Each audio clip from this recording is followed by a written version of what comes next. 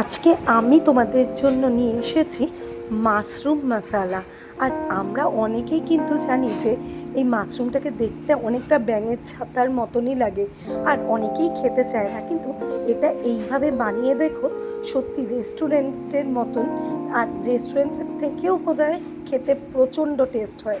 প্রথমে আমি মাশরুমগুলোকে নিয়ে নিলাম, আর সেটা ওপর থেকে ছালটাকে ছাড়িয়ে নিচের কিছুটা অংশ এইভাবে কেটে নিচ্ছি।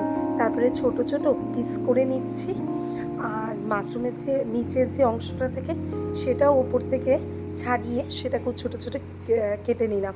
এবারে মাশরুমটাকে সেদ্ধ করতে দিয়েছি, সেখানে কিন্তু আমি সামান্য পরিমাণ লবণ পরে ঢেলে দিলাম, কেননা যাতে বয়েলটা ভালো করে হয়।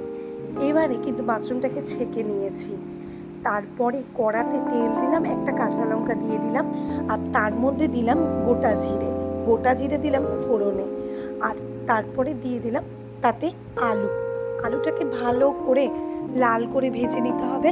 আর এবারে মিক্সিং বলে আমি দিয়ে দিলাম গোটা রসুন কতগুলি, পেঁয়াজ, টমেটো, সেটা পুরোটাই তোমাদের আন্দাজ মতন, তোমাদের মাশরুম কতখানি আছে তার ওপরে।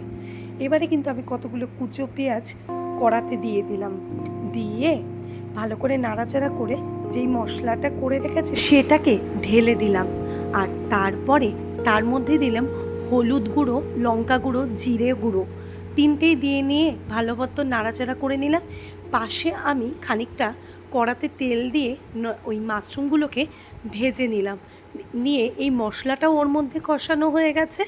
তারপরে কিন্তু মশলার মধ্যে আমি একটুখানি দই দিয়ে আবারও নাড়াচাড়া করে যেই ভাজা মাশরুমগুলি ছিল ওগুলি সেই মশলার মধ্যে দিয়ে আবারও কষিয়ে নিলাম।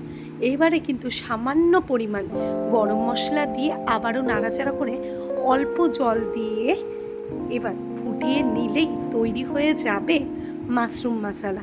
আর যে একটু মিষ্টি ভালোবাসো সে কিন্তু মিষ্টি ইউজ করতে পারো। আমি কিন্তু লাস্টে সামান্য পরিমাণ গুড় দিয়েছি, কারণ আমরা যেহেতু চিনিটা খাই না, আমরা গুড় খাই, তাই আমি পরিমাণ অনুযায়ী গুড় দিলাম। তোমরা চাইলে এটাকে স্কিপও করতে পারো, আবার তোমাদের টেস্ট মতন দিতেও পারো।